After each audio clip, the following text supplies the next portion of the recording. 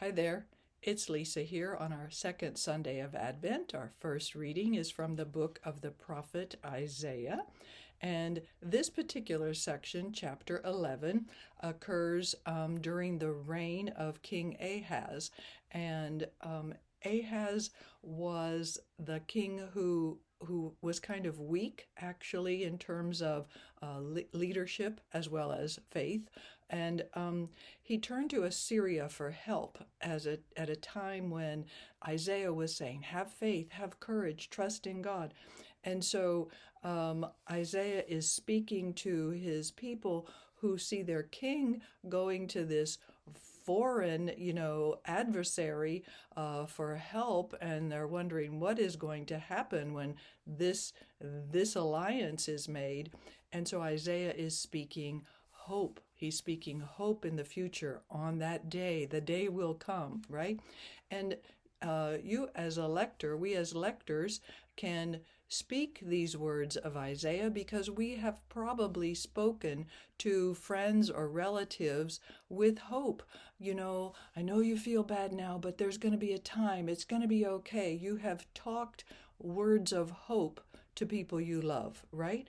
And that's what we're getting here. So a shoot shall sprout. The word shall comes up many times. Not that you need to emphasize shall every time, but it flavors the lesson. It shall happen. It shall happen. There shall be hope, right?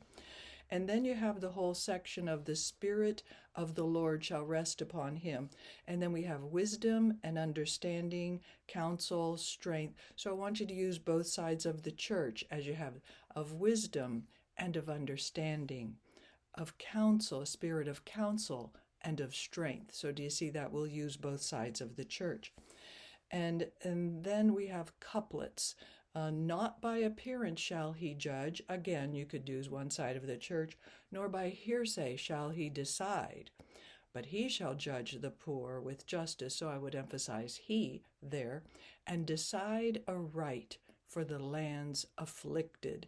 And as you speak those words, the lands afflicted, you can think about the people in the Mideast, in Africa, even in Hong Kong right now, who are very afflicted, right? Who he shall strike the ruthless with the rod of his mouth.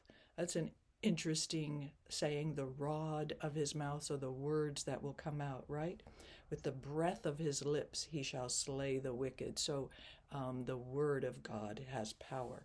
And then again, more couplets. And then the animals go back to the time of Eden when there was no disharmony, but wolves and lambs, leopards and baby goats, I guess that kid will be, calf and young lion. So all the animals are friendly with each other at this time, and a baby by a snake's den. No harm or ruin on my holy mountain, and I would emphasize my holy mountain, for the earth shall be filled, stretch it out, filled with the knowledge of the Lord as water covers the sea.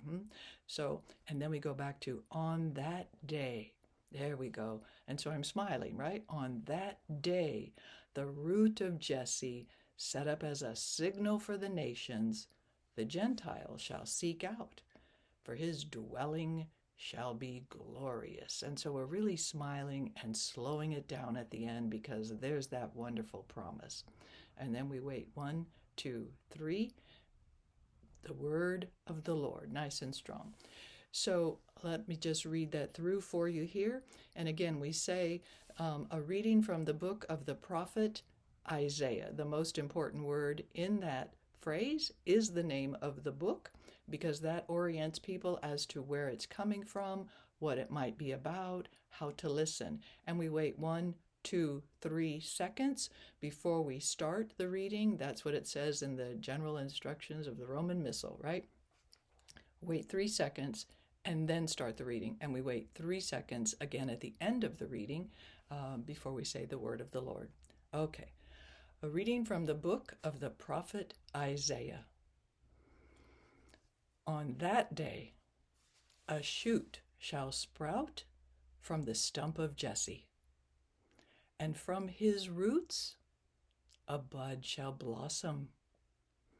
The Spirit of the Lord shall rest upon him, a spirit of wisdom and of understanding, a spirit of counsel and of strength, a spirit of knowledge and of fear of the Lord.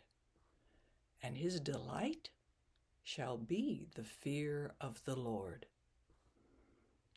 Not by appearance shall he judge, nor by hearsay shall he decide, but he shall judge the poor with justice and decide aright for the land's afflicted. He shall strike the ruthless with the rod of his mouth. Notice how strong I'm getting here, right? And with the breath of his lips, he shall slay the wicked. There's strength. Justice shall be the band around his waist, and faithfulness a belt upon his hips. Then the wolf shall be a guest of the lamb, and the leopard shall lie down with the kid. The calf and young lion shall browse together, with a little child to guide them. The cow and the bear shall be neighbors.